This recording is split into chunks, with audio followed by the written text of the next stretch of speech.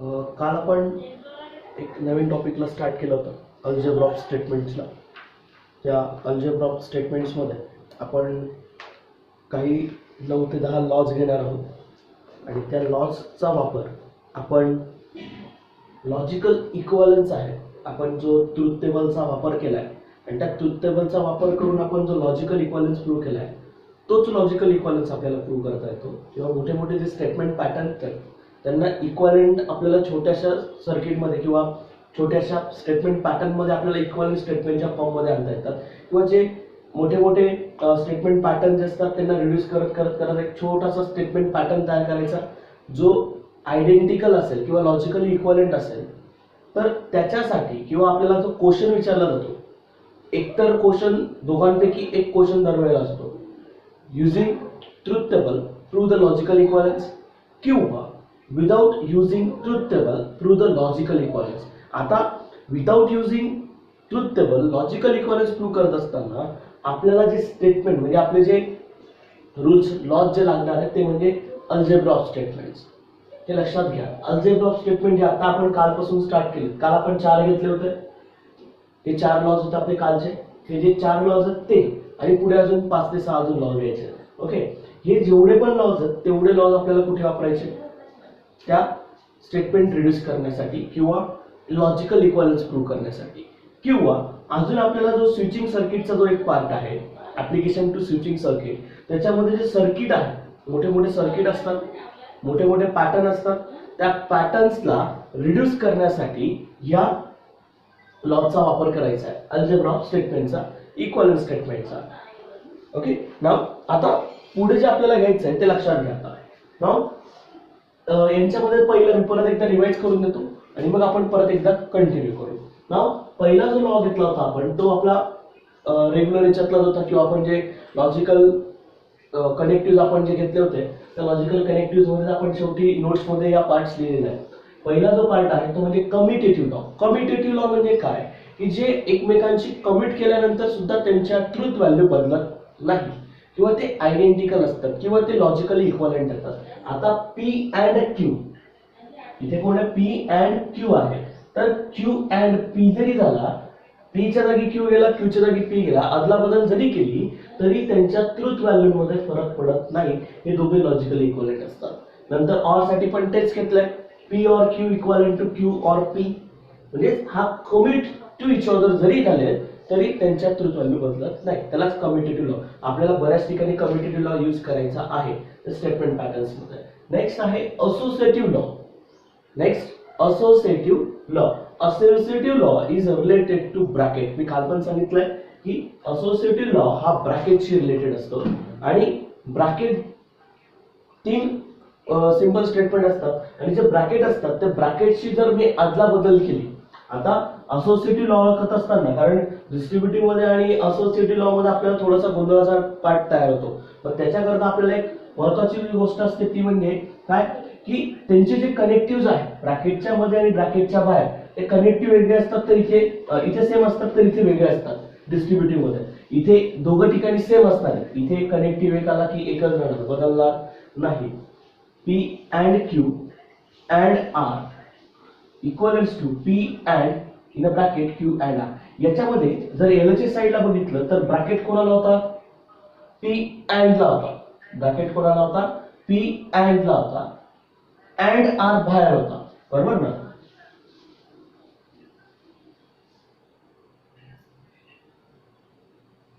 काही डाऊट आहे का?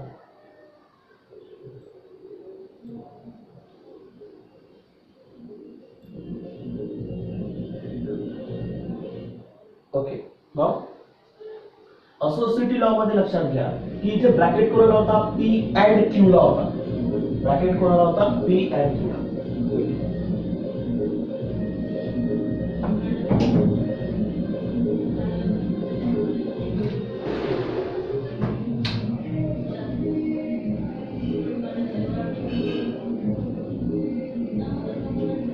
ओके, पी अँड क्यू ला होता. हा ब्रॅकेट जो दिला होता पी अँड क्यू ला होता. इकडे ब्रॅकेट जो दिला क्यू अँड आर ला दिला. पण हा ब्रॅकेट केव्हा बदलू शकतो, जेव्हा हे दोन साइन काय असतील, सेम असतील. इथे पण अँड असेल, इथे पण अँड असेल. तरच आपण काय करू शकतो, ब्रॅकेट बदलू शकतो. इथे ऑर असेल, इथे ऑर असेल तरच हा ब्रॅकेट आपण बदलू शकतो, अदरवाईज आपण हा ब्रॅकेट बदलू शकत नाही. हे लक्षात असू द्या. नंतर पुढचा जो पार्ट आहे तो म्हणजे काय, डिस्ट्रीब्युटिव्ह लॉ. आता असोसिएटिव्ह मध्ये आणि डिस्ट्रीब्युटिव्ह मध्ये हाच फरक आहे की जे इथे आपण ब्रॅकेट बदलत होतो पण इथे आपल्याला ब्रॅकेट मध्ये जाऊन त्या डिस्ट्रीब्यूट करायचं आहे. हा पी अँड आहे, इथे अँड आहे तर इथे ऑर आहे. थोडासा विचार करून आणि मग त्यानंतर त्याच्यामध्ये इंटर करायचं आहे. नाव पी अँड जो आहे तो या क्यू ला पण आणि आर ला पण मला काय करायचं आहे, डिस्ट्रीब्यूट करायचं आहे. म्हणून तर याला डिस्ट्रीब्यूट लॉ म्हणतात. डिस्ट्रीब्युटिव्ह पी अँड क्यू लक्षात घ्या, पी अँड क्यू. ओके. नंतर मिडलला जी साइन असते, ब्रॅकेटच्या मध्ये जी साइन असते ती दोघांच्या मध्ये येते. जी ब्रॅकेटच्या मध्ये जी साइन असते ती दोघं ब्रॅकेटच्या मध्ये येते. पी अँड क्यू ला पण डिस्ट्रीब्यूट केला, आर ला पण डिस्ट्रीब्यूट केला आणि जो मिडलला साइन येते ती या ब्रॅकेटच्या मध्ये येते. म्हणजेच काय, P and Q or P and R. That's way to distribute P and. दुसऱ्या लॉ मध्ये, डिस्ट्रीब्युटिव्ह लॉ मध्ये पी ऑर इंटरचेंज करून घेतला, इथे ऑर घेतला, इथे अँड घेतला, इथे अँड होता, इथे ऑर होता. मग आता इथे इंटरचेंज करून घेतले, ऑर आणि अँड घेतले. पी ऑर क्यू ला पण आणि आर ला पण डिस्ट्रीब्यूट करायचा. म्हणजे कसा, पी ऑर क्यू मध्ये साइन जी ब्रॅकेटच्या मध्ये असते ती अँड, नंतर P or R. That's way to distributive law. याला काय म्हणणार आपण, डिस्ट्रीब्युटिव्ह लॉ म्हणणार. आणि जो आपला ओळखीचा आहे चौथ्या नंबरचा तो म्हणजे De Morgan's law. De Morgan's law आपण लॉजिकल कनेक्टिव्ह मध्ये घेतलाय अँड आणि ऑर साठी. Just to take negation of conjunction साठी आपण कुठला लॉ वापरला, दॅट्स डी मॉर्गन्स लॉ. पहिला डी मॉर्गन्स लॉ आहे, that's negation of conjunction. Negation of P and Q will be converted into a disjunction of their negations. त्यांच्या निगेशनच्या डिस्जंक्शनच्या negation मध्ये जाणार रिस्पेक्टिव्हली. ओके. नंतर ऑर असेल, दॅट्स निगेशन ऑफ डिस्जंक्शन होतं, ते कन्वर्ट होत आहे that's negation, that's conjunction of their negations. म्हणजे ऑरचं निगेशन मध्ये, याला आपण डी मॉर्गन्स लॉ म्हटलं होतं. हे काल मी घेतलेलं आहे. ओके. आता पुढचे जे कंटिन्यू करायचे आहे, पाचव्या नंबरचा लॉ मी इथं घेतोय. तो पाचव्या नंबरचा लॉ बघा, फिफ्थ नंबरचा लॉ. नाव थोडस व्यवस्थित विचार करून आणि मग बघायचा. Idempotent law.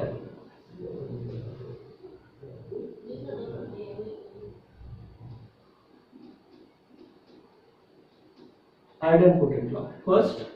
हा आयडेंपोटेंट जो लॉ असतो ना हा स्वतःसाठी असतो. कारण जनरली काय असतं माहिती का, की जर एखाद्या वेळेला कधी कधी काय होतं, जर ब्रॅकेट सॉल्व्ह करत गेलं की स्वतःसाठीच काही काही व्हॅल्यू यायला लागतात. म्हणजेच काय, पी अँड पी काय यायला पाहिजे. Okay. That's there is a first P and P. P and P that's one is a itself. P and P सुद्धा काय असेल, इटसेल्फ असेल.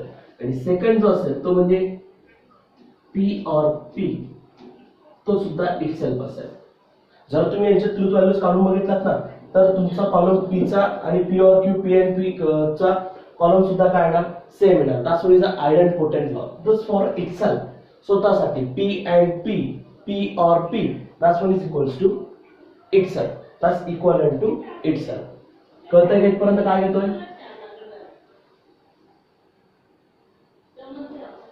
इथपर्यंत समजतंय ना? हे महत्वाचे लॉज कोणते कोणते आहेत? डिस्ट्रीब्युटिव्ह आहे, ओके, कम्युटेटिव्ह आहे, ओके. नंतर आपण आता पुढे काही 2-3 लॉज घेणार आहेत ते लॉज असतील. ओके. नाउ नेक्स्ट आहे, नेक्स्ट सुद्धा एक महत्वाचा लॉ आहे, 6 number, that's identity law. Identity law. Okay. The identity law मी आपण जसं अगोदर पण बघितलं होतं की काही वेळेला लक्षात असू द्या, आपण जे कनेक्टिव्ह घेतले होते अँड मध्ये, ट्रूथ टेबल ड्रॉ केला आपण. अँडचा ट्रूथ टेबल ज्या वेळेला ड्रॉ केला त्यावेळेला ट्रूथ व्हॅल्यूज काढत असताना आपण असं काहीतरी म्हणतोय, true and true, true and false, false and true, plus false and false. काय सांगणार बरं तुम्ही याच्यात? आणि हा ऑरचा, plus true or true, true or false, false or true आणि फॉल्स ऑर फॉल्स. काय लॉजिक काय लावलं होतं आपण यांचं लॉजिक काय लावलं होतं की अँड कनेक्टिव्ह मध्ये अँड कनेक्टिव्ह मध्ये जर ट्रू अँड ट्रू आला, ट्रू अँड फॉल्स आला, तर याच्यात काय लॉजिक लावलं होतं? लॉजिक की इक्वलंट टू कोणाशी येणार आहे? अँड कनेक्टिव्ह मध्ये जर दोघं स्टेटमेंट, आपल्या पी आणि क्यू दोन स्टेटमेंट घेतलेत ना, दोघंही स्टेटमेंट जर ट्रू असतील तरच ट्रूथ व्हॅल्यू काय असते? ट्रू असते. अदरवाइज फॉल्स असते. एक जरी व्हॅल्यू फॉल्स आली पी मध्ये किंवा क्यू मध्ये, पी असेल किंवा क्यू असेल, दोघांपैकी एक जरी फॉल्स आला तर रिझल्टंट व्हॅल्यू काय असते? फॉल्स असते. पण दोघंही स्टेटमेंट जर ट्रू असतील तर, दोघं स्टेटमेंट ट्रू असतील तर ट्रूथ व्हॅल्यू काय येईल? ट्रू येते ना. नंतर याच्यामध्ये बघा, ऑर लॉजिकल कनेक्टिव्ह मध्ये आपण काय घेतलं होतं? जर दोघंही स्टेटमेंट फॉल्स असतील, काय सांगतोय? दोघंही स्टेटमेंट जर फॉल्स असतील तरच रिझल्टंट व्हॅल्यू ऑर मध्ये काय येते? फॉल्स येते. अदरवाइज ट्रू येते. बरोबर ना. पण ह्या तिघही काय येतील? ट्रू येतील. आणि एकटी व्हॅल्यू काय येईल? फॉल्स आहे. ही एकटी ट्रू येईल, या अदरवाइज काय येतील? फॉल्स येतील. बरोबर. मग आता आयडेंटिटी लॉ साठी एक लक्षात असू द्या की आयडेंटिटी लॉ साठी आपल्याला यांचा सुद्धा विचार करणं मस्ट आहे की कोणावर ट्रूथ व्हॅल्यू डिपेंडेंट आहे, कोणाची ट्रूथ व्हॅल्यू आणि कोणावर डिपेंडेंट आहे. पहिली जी आयडेंटिटी लॉ मध्ये व्हॅल्यू घ्यायची, P or false, P or false equivalent to. आता मला सांगा की इक्विव्हॅलेंट टू कोणाशी यायला पाहिजे बनायचं व्हॅल्यू? जर आपण थोडंसं थिंकिंग केलं, विचार केला, तर आपल्याला पी ऑर फॉल्स काय सांगतो लक्षात घ्या. पी ऑर फॉल्स काय वाटतंय? आता पीच्या किती पॉसिबिलिटी असतात आपल्याकडे? एक स्टेटमेंट घेतलं की दोन पॉसिबिलिटीज. कोणत्या कोणत्या? एकतर ट्रू असेल, एकतर फॉल्स असेल. बरोबर ना. आता मला सांगा, पी जर मी ट्रू घेतला तर, पी जर मी ट्रू घेतला तर ट्रू और फॉल्स काय? ट्रू आहे. बरोबर ना. जर मी पी फॉल्स घेतला तर फॉल्स और फॉल्स काय येईल? मग ट्रूथ व्हॅल्यू कोणावर डिपेंडेंट आहे? ट्रूथ व्हॅल्यू कोणावर डिपेंडेंट आहे? याच्यावर डिपेंडेंट आहे का पी वर? कारण पी जसं असेल, पी ट्रू आलं की ट्रूथ व्हॅल्यू ट्रू येईल, पी फॉल्स आलं की ट्रूथ व्हॅल्यू फॉल्स येईल. पी वर डिपेंडेंट आहे. मग this value will be dependent on a P, dependent on a P, आणि truth value becomes like a P. म्हणजे पी जर ट्रू घेतला तर रिझल्टंट व्हॅल्यू ट्रू येईल, पी जर फॉल्स घेतला तर रिझल्टंट व्हॅल्यू फॉल्स आहे. म्हणून मी इथे इक्वल टू काय लिहिलं? पी. जी इथे पी ची व्हॅल्यू चूज करणार तीच इक्वल टू मला ऍज अ पी म्हणून मला मिळणार. लक्षात घ्या, इथे जर पी ची व्हॅल्यू मी ट्रू घेतली, true or false, true or false काय येणार? ट्रू येणार. बरोबर ना. आणि जर पी ची व्हॅल्यू फॉल्स घेतली तर फॉल्स ऑर फॉल्स, फॉल्स येणार. म्हणून मी लॉजिकली इक्वल टू काय घेतला? पी घेतला, कारण ट्रूथ व्हॅल्यू पी वर डिपेंडेंट आहे. Second truth value, second law, that's P and false. सांगा बरं आता परत एकदा पीच्या दोन पॉसिबिलिटीज, पीच्या दोन पॉसिबिलिटीज. पण कुठला कनेक्टिव्ह हा? And connective. आणि इथे कोण आहे? हा कोण आहे? फॉल्स आहे. बरोबर. P and false. फॉल्स का बरं फॉल्स घेतला? आता पीच्या दोन व्हॅल्यूज असतील ना, पॉसिबिलिटी सांगा. पीच्या दोन पॉसिबिलिटी असतील. पी जर ट्रू घेतला, ट्रू अँड फॉल्स काय आहे? हा जर ट्रू जरी घेतला तरी ट्रू अँड फॉल्स, कारण एक स्टेटमेंट काय येते माझं? अँड कनेक्टिव्ह, आणि एक स्टेटमेंट फॉल्स येत आहे. अँड कनेक्टिव्ह मध्ये दोघंही ट्रू असतील तरच माझी ट्रूथ व्हॅल्यू ट्रू असते, नाहीतर अदरवाइज काय येते? फॉल्स येते.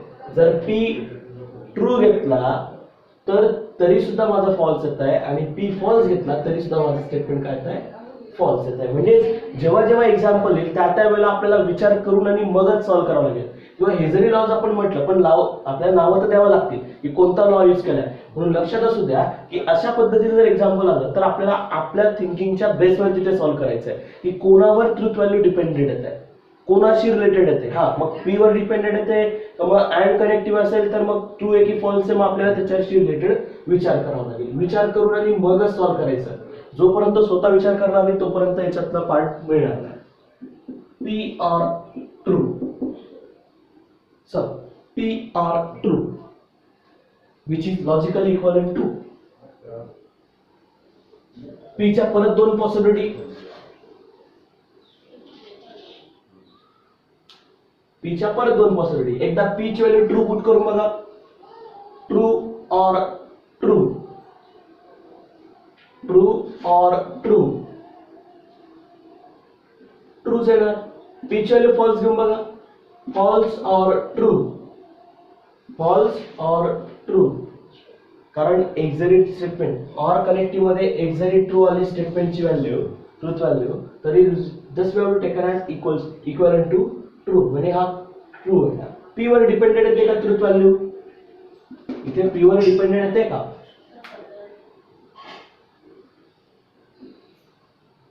P वर कुठे डिपेंडेंट येते? कारण इथे ट्रू आहे ना. P वर डिपेंडेंट येणारच नाही ना. P ची व्हॅल्यू तुम्ही कोणतीही पुट केली तरी इक्वलंट टू ट्रूच येतोय. इथे सुद्धा तसंच होत होतं. याच्यावर कुठे P ची व्हॅल्यू ट्रूथ व्हॅल्यू P वर डिपेंडेंट येत होती, ती डायरेक्टली फॉल्स येत होती. कारण एक स्टेटमेंट कोणतं आहे त्याच्यावर व्हॅल्यूज डिपेंडेंट आहेत. पण याच्यात P वर डिपेंडेंट होती पहिल्या याच्यामध्ये. कारण P ची जी व्हॅल्यू असेल तीच व्हॅल्यू इक्वलंट टू मला मिळणार आहे. बरोबर ना. That's we have to taken as fourth P and true. चला सांगा आता P अँड ट्रू.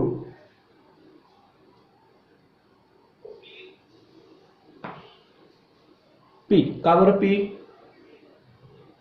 का P वर डिपेंड? कारण जर P ची व्हॅल्यू मी ट्रू घेतली तर इक्वलंट टू ट्रू मिळेल. बरोबर ना. जर P ची व्हॅल्यू फॉल्स घेतली तर इक्वल टू फॉल्स मिळेल. म्हणजे ऑब्विसली व्हॅल्यू कोणावर डिपेंडेंट आहे? P वर डिपेंडेंट आहे. बरोबर. म्हणजे आयडेंटिटी लॉ कळतोय का? हा आयडेंटिटी लॉ कळतोय का? लक्षात घ्या. म्हणजे कोणती व्हॅल्यू कोणावर डिपेंडेंट येते? जर आपल्या स्टेटमेंट पॅटर्न मध्ये आपल्याला लॉजिकल इक्विव्हॅलेन्स प्रूव्ह करताना जर ट्रू फॉल्स जर येत असतील तर त्या वेळेला आपल्याला ह्या लॉची आपल्याला गरज पडणार आहे. कधी कधी आपल्याला स्टेटमेंट पॅटर्न मध्ये असे काही ट्रूथ व्हॅल्यूज आपल्याला मिळून जातील तर त्यावेळेला या पद्धतीचे आपल्याला लॉज यूज करावे लागणार आहे. समजतंय काय?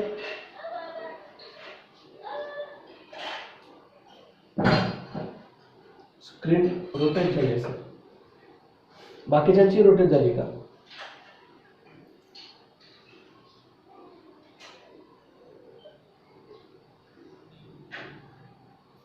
ना रोटेट चांगली असेल. स्क्रीन मोठी दिसेल ना. आडवी करून घे. डबल टॅप करा. मग रोटेशन तुमच्या मोबाईलचं रोटेशन बंद करून द्या. त्याचं रोटेशन चालू करून द्या मोबाईलचं. Okay. Now next.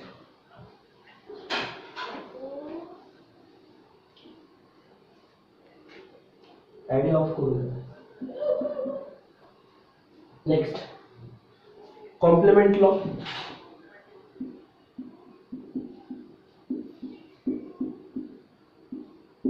Complement law. Okay. जर एकमेकांच्या अपोजिट मध्ये असतील तर किंवा कॉम्प्लिमेंटरी आपण जर विचार केला तर असा काहीतरी विचार येऊ शकतो. किंवा आपल्याला कॉम्प्लिमेंट जर आला तर कदाचित आपल्याला आयडेंटिटी लॉ सुद्धा यूज करावा लागतो. त्याच्यातला पहिला जो आहे तो म्हणजे असा काहीतरी P and negation P equivalence to. येतात आपल्या स्टेटमेंट पॅटर्न मध्ये असे काहीतरी पॅटर्न येतात. P अँड निगेशन P स्वतःच निगेशन असेल आणि कनेक्टिव्ह असेल अँड. लक्षात घ्या काय सांगतोय. P and negation P. Okay. आता एक प्रॉपरली विचार करा. P अँड निगेशन P घेतलेला आहे. हा P आणि त्याचं जे निगेशन इथे आलेलं आहे. हा P आहे, हे पहिलं स्टेटमेंट आहे आणि त्याचं निगेशन कुठे आलंय? इथे आलंय. आणि दोघांच्या मध्ये कनेक्टिव्ह कुठला आलाय? अँड कनेक्टिव्ह आलाय. तर मला सांगा तर इक्वलन्स टू स्टेटमेंट काय?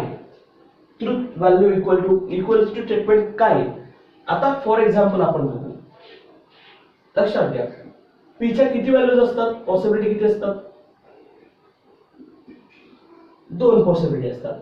जर मी इथे P ची व्हॅल्यू ट्रू पुट केली, ऍझ्युम करू आपण. ओके. जर P ची व्हॅल्यू काय पुट केली आपण? True and negation true. बरोबर ना. म्हणजे एक्झॅक्टली काय होईल बघा. True and negation true. Okay. आता true and negation true. Negation true काय लिहित आहे? हा फॉल्स आहे आणि ट्रू अँड फॉल्स काय आहे? फॉल्स आहे, बरोबर ना? म्हणजे जर मी पी ची व्हॅल्यू ट्रू घेतली तर मला इक्वल टू काय मिळतोय? फॉल्स मिळतोय. अजून जर पी ची व्हॅल्यू फॉल्स घेतली, false and negation false equals to truth value काय आहे?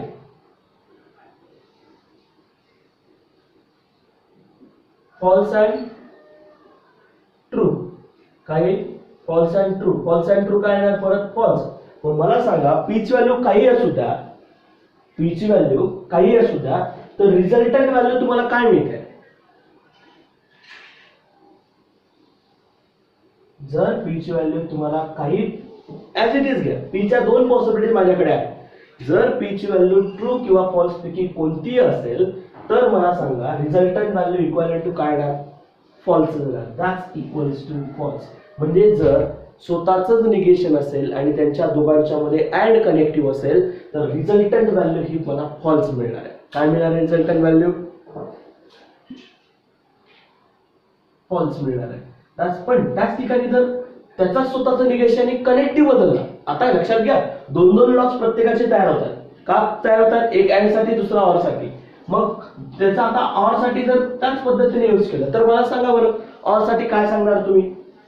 जर मी इथे ऑर घेतला, true and true or negation true, बरोबर ना? पहिली पॉसिबिलिटी घेतली true, that's true or false, की काय येणार इथे? True. True or negation true. म्हणजे पी ची ट्रूथ व्हॅल्यू काय घेतली? मी ट्रू घेतली as possibility. That's true or negation true. म्हणजे ट्रू ऑर फॉल्स काय येणार? ट्रू येणार. ओके. आणि इथे सुद्धा मी बदलून बघितलं, इक्वल टू काय येणार? False or true? ट्रू मला मिळणार, बरोबर ना? म्हणजे इक्वल्स टू काय येणार? ट्रू येणार. That's what is called complement law. याला काय म्हणायचंय? कॉम्प्लिमेंट लॉ किंवा कॉम्प्लिमेंटरी लॉ म्हणू शकता. ओके. म्हणजे लक्षात घ्या हा सुद्धा एक लॉ महत्वाचा आहे. मी तुम्हाला जे शेवटी सांगणार आहे, 1 2 3 अजून एक पुढचा एक लॉ घ्यायचा आहे. असे 3 लॉ मला महत्वाचे आहेत कारण त्यांचा परत परत परत परत वापर मला करायचा आहे. पी अँड निगेशन पी स्वतःच निगेशन आणि अँड कनेक्टिव्ह असेल तर इक्वल टू मला फॉल्स स्टेटमेंट मिळतं. जर पी ऑर निगेशन स्वतःच निगेशन असेल दोघांच्या मध्ये ऑर कनेक्टिव्ह असेल तर रिझल्टंट व्हॅल्यू मला जी मिळणार आहे ती ट्रू व्हॅल्यू मिळणार आहे. समजतंय काय?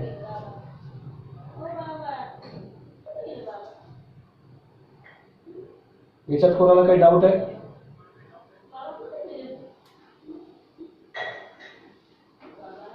मी फायनली शेवटी एकदा परत एकदा एक्सप्लेन करेन कारण जेवढं याच्यामध्ये तुम्ही परत परत परत परत रिव्हिजन करत असाल तेवढं तुम्हाला समजेल. ओके. आणि त्याच्यात आपल्याला कळायला लागेल. मी ह्या लॉच्या मागे एवढा वेळ का घालवतोय कारण ते महत्वाचे आहे. ते एक्झाम्पलची लेवलिंग त्याच्यातली खूप जास्त आहे. याच्यातला हा टॉपिक आपल्या चॅप्टर मधला सगळ्यात जास्त हार्ड टॉपिक हाच असणार. यांचा वापर करायचा कारण काय होतं एक्झाम्पल सॉल्व्ह करताना कोणता लॉ यूज करायचा किंवा त्या ब्रॅकेटमध्ये या ब्रॅकेटमध्ये काय आलेलं आहे हे सुचणं फार महत्वाचं असतं. पूर्ण स्टेटमेंट पॅटर्न व्यवस्थित बघावा लागतो, प्रत्येकाचा विचार करावा लागतो, एक एक कनेक्टिव्हचा विचार करावा लागतो आणि मग त्यानंतर ते कुठेतरी रिड्यूस करता येतं की कोणता लॉ आपण यूज केल्यानंतर मला फायनल आन्सर मिळेल. कारण माझं फायनल आन्सर हे टार्गेटेबल असतं. फायनल आन्सर पर्यंत कसं पोहोचायचं असतं हे आपल्याला तिथे ठरवायचं असतं आणि म्हणून त्या पद्धतीने आपल्याला अप्रोच करावं लागतं. नाव नेक्स्ट आहे इन्व्होल्युशन लॉ. हा सोपा लॉ आहे. हा ऑलरेडी आपला निगेशन ऑफ निगेशन मध्ये घेतलेला आपण. Involution law. Thus there is a first part will be the first negation of negation P. काय तर बरं? P itself. त्यात काही चेंज होत नाही. Negation of negation P. आपलं निगेशन ऑफ निगेशनला आपल्याला इन्व्होल्युशन लॉ म्हणायचं. किंवा मग मला सांगा आता आपण ते ऑलरेडी घेतलं होते. निगेशन ऑफ ट्रू काय तर?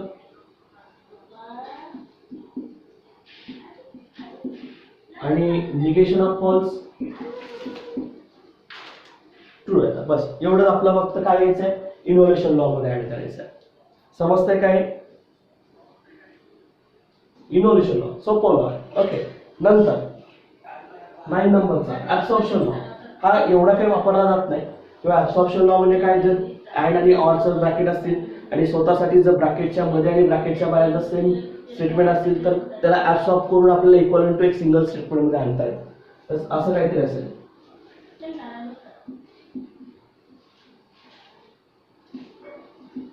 ऍब्सॉर्प्शन लॉ फर्स्ट आहे P and in bracket P और Q. एक लक्षात घ्या, इक्वलंट आपल्याला इक्वालिटीनेस प्रूव्ह करता येतो, त्यामुळे लक्षात असू द्या की हे दोघं जर स्टेटमेंट सेम असतील, आता ऑब्विसली जर विचार केला तर याच्यामध्ये अँड हा ब्रॅकेटच्या बाहेर आहे और हा ब्रॅकेटच्या मध्ये आहे, म्हणजे ऑब्विसली आपण विचार केला तर तो डिस्ट्रीब्युटिव्ह लॉ सारखा दिसतोय. पण याच्यामध्ये फक्त दोनच स्टेटमेंट आहेत, लक्षात घ्या. याच्यात फक्त दोन स्टेटमेंट आहेत, याच्यात तीन स्टेटमेंट आहेत, याच्यात तीन स्टेटमेंट आहेत, लक्षात घ्या. याच्यात दोन आहेत, याच्यात तीन आहेत. ओके, आणि याच्यात जर आपण ह्या क्यूच्या जागी पी ठेवून दिला तर तो ऍब्सॉर्ब करून equal to that's equivalence to P. हा इक्वलन्स टू मला काय मिळणार आहे, पी मिळणार आहे. आणि जर अँड आणि ऑर जर इंटरचेंज करून टाकले, अँड आणि or, P or P and Q equivalence to also P. Absorption law असा लॉ आहे की ज्याच्यामध्ये फक्त just you have to reduce this bracket and values truth values pattern is equivalence to single statement. पण याचा single statement काय आहे, तर जर ब्रॅकेटच्या बाहेर आणि ब्रॅकेटच्या मध्ये जर दोघेही स्टेटमेंट माझे सेम असतील आणि कनेक्टिव्ह वेगवेगळे असतील तर इक्वलंट टू सिंगल स्टेटमेंट असतं. इथे अँड आणि ऑर इंटरचेंज केलं आणि स्टेटमेंट पी सेम आहे, त्यामुळे आपल्याला इझिली ऍब्सॉर्ब करता येतात. ओके, आणि जो शेवटचा आहे तो सगळ्यात सोपा म्हणण्यापेक्षा आपण जो ऑलरेडी त्याचं इक्वलंटनेस वापरलेला आहे किंवा आपण त्याला प्रूव्ह पण केलेला आहे, that's why it's called a conditional law.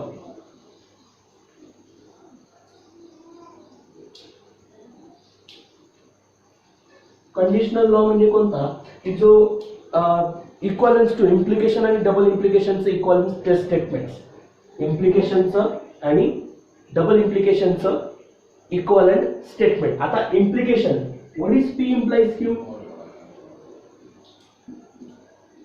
P implies Q. Fixed negation P or Q.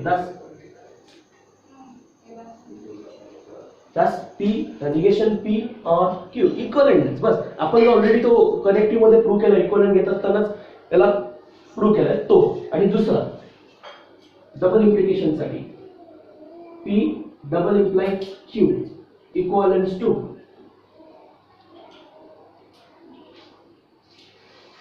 आपण तो दुसऱ्या पार्ट मध्ये घेऊ तर त्यालाच इक्वलंट म्हणू आपण. Plus P implies Q and Q implies P. बरोबर ना, म्हणजे हा आपण घेतला P implies Q, hypothesis to conclusion and conclusion to hypothesis, दोघे एका वेळेला प्रूव्ह व्हायला लागतात. आणि यालाच इक्वलंट टू कोण आहे ना, ते जाता निगेशन मध्ये सांगितलं असते. काय होतं, निगेशन P और Q अँड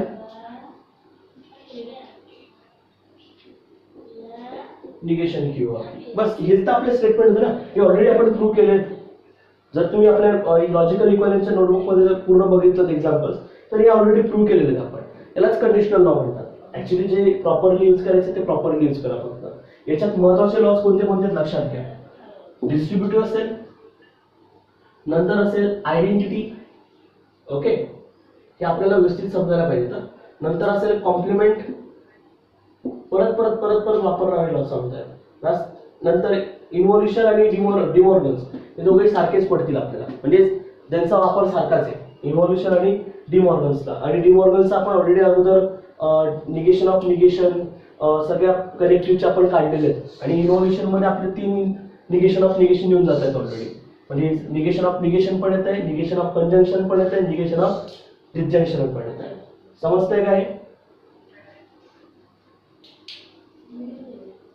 लॉजिकली समजतंय काय.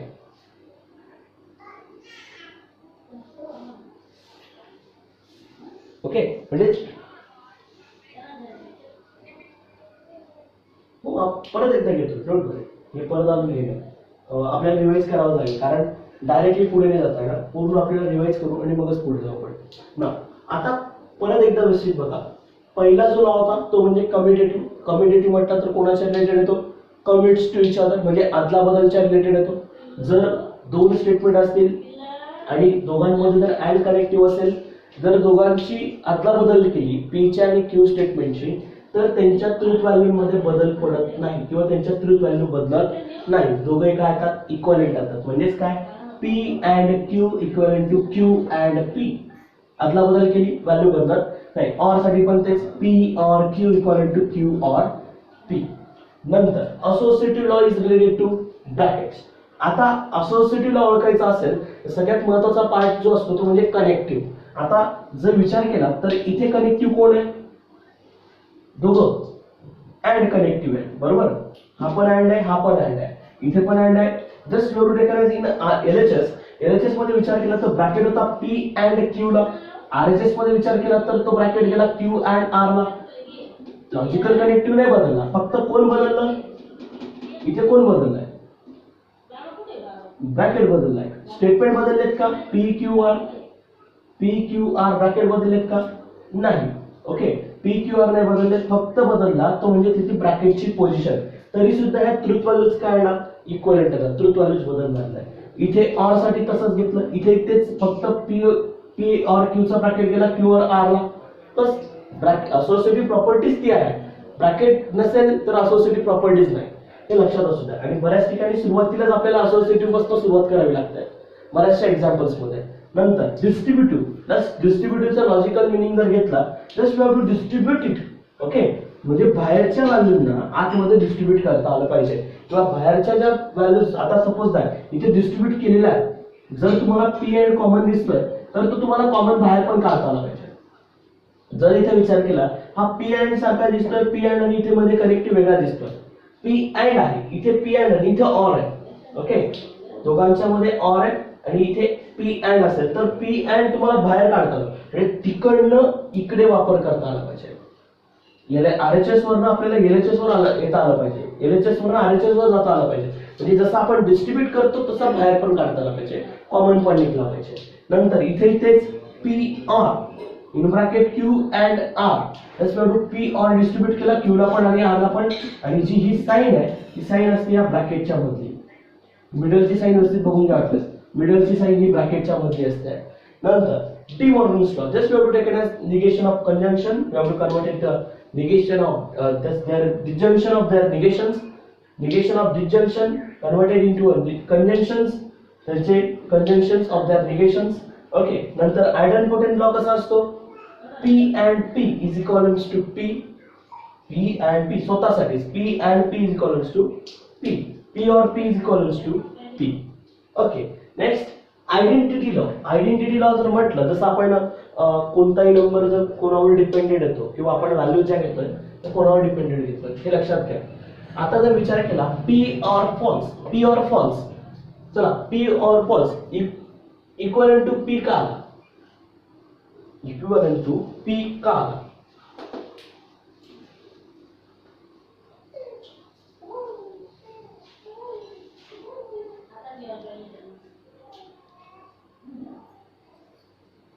व्हॅल्यू कोणावर डिपेंडेड आहे,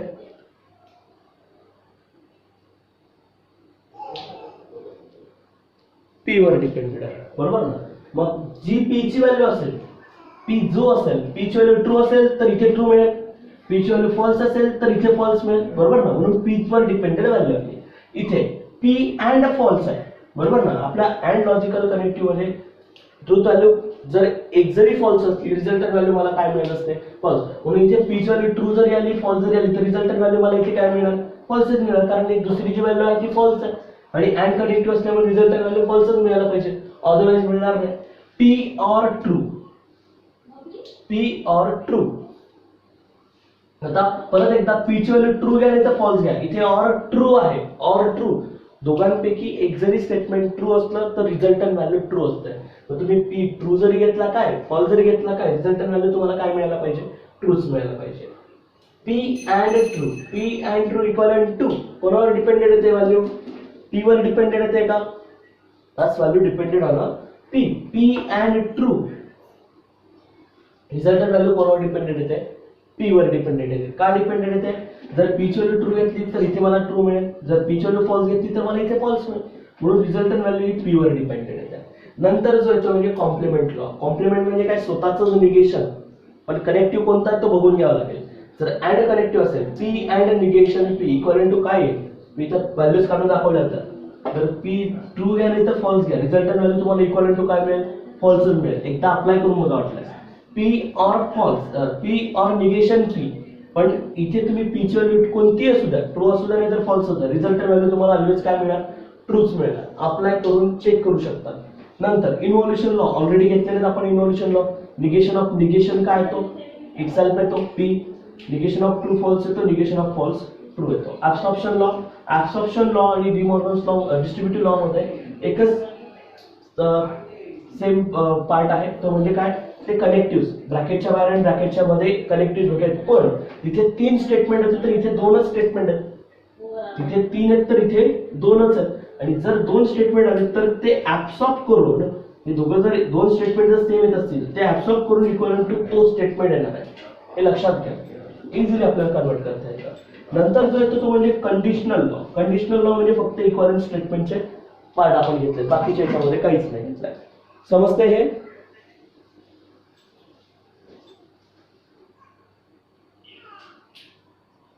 हा, कुठे इथे, अरे मग ते निगेशन मध्ये लॉ राहतील का, कम्युटेटिव्ह राहणार नाही, असोसिएटिव्ह राहणार नाही, डिस्ट्रीब्युटिव्ह कशाला, ते त्यांचे व्हॅल्यूज आहेत ना. तू ए प्लस बी ब्रॅकेट स्क्वेअरला बदलू शकतो का, नाही. मग ते बदलू नाही शकत ना, ते लॉज तेच सांगतात ना, ते बदलत नाही. हेच तर लॉ घ्यायचे ना आपल्याला. जसा ए प्लस बी ब्रॅकेट स्क्वेअर बदलत नाही तसं हे बदलत नाही, ते फिक्स्ड व्हॅल्यूज आहेत, हे लॉज आहेत, लॉ बदलत नाहीत कधी. हे लक्षात घ्या, हे रूल्स आहेत, हे आपल्याला वापरायचे आहेत. म्हणून आपले हे बदलत नाही, हे यांच्या कंफर्म पॅटर्न यांचा हा बदलत नाही. किंवा तुम्ही इथे निगेशन, इथे कुठे निगेशन घ्या तसं अप्लाय करा असं नाही होणार. हे व्हॅल्यूज स्टँडर्ड आहेत, सर्वचे सर्व स्टँडर्ड आहेत, हे कधीही बदलणार नाही. तुम्ही जगातल्या कुठल्याही कोपऱ्यात जाऊन मॅथ बघा तर तुम्हाला हेच मिळणार, कोणीच बदलू शकत नाही. त्यामुळे तुम्ही इथे निगेशन घेऊ तिथे निगेशन घेऊ असं करू शकत नाही. आलं लक्षात? समजतंय सर्वांना? बरं ठीक आहे. मग आपण एक काम करू, आता एक काम करायचंय, आपण याच्या रिलेटेड तुम्हाला जेवढाही पार्ट वाचता येतोय, जेवढे आपण प्रॅक्टिस करता येतोय, हे सर्व लॉज हे परफेक्ट करून ठेवायचे एकदम. आपली जी नोटबुक आहे त्या नोटबुकमध्ये हे लॉज लिहून ठेवा, कारण याच्यामध्ये सगळ्यात महत्त्वाचा भाग आपल्याला हाच असणार आहे. कारण 3 मार्काचं किंवा 4 मार्काचं एक्झाम्पल आपल्याला याच्याशी रिलेटेड विचारलं जातं. त्यामुळे हे तुम्हाला एकदम परफेक्ट जमायलाच पाहिजे. जर हे जमलं नाही तर तुम्हाला पुढे याच्यातलं लॉजिकल म्हणजे स्विचिंग सर्किट पण जमणार नाही. त्यामुळे हे स्टेटमेंट पॅटर्न्स तुम्हाला व्यवस्थित समजलेच पाहिजे, त्याशिवाय तुम्हाला पुढे जाता येणार नाही. कळतंय सर्वांना हे? समजतंय का? ठीक आहे. मग आपण एक काम करू, उद्या एक्झाम्पल स्टार्ट करू. ह्या एक्झाम म्हणजे ह्या लॉजचा वापर करून जे एक्झाम्पल सॉल्व्ह करायचे आहेत त्याची मी एक लिस्ट देईल. आजच एक आपण लिस्ट तयार करू आणि त्या लिस्टनुसार आपले फक्त 10 ते 15 आपल्याला ते एक्झाम्पल घ्यायचे आणि ते 10 ते 15 एक्झाम्पल आपल्याला सॉल्व्ह करून ते एकदम परफेक्ट करून ठेवायचे. परफेक्ट म्हणजे असेच की त्यांच्यापैकीच परीक्षेला एखादा राहू शकेल. ओके, म्हणजे ते 10 ते 15 पैकी बदलत नाही. म्हणून आपण ते 10-15 एक्झाम्पल एकदम परफेक्ट करून घेऊ. तुमच्याजवळ लिस्ट असेल, ते एक्झाम्पल नंबर वाईज मी घेईल आणि ते नंबर्स तुम्हाला मी सांगेल फक्त. ओके, आपण पहिला नंबर घेतला की त्याला सॉल्व्ह करायचं, दुसरा घ्यायचा, तिसरा घ्यायचा, त्यांना सॉल्व्ह करायचं, पण पूर्ण सॉल्व्ह करायचे. आलं लक्षात? ठीक आहे. मग बाकीचं आपण ठीक आहे, उद्या आपण एक्झाम्पल स्टार्ट करू. ओके.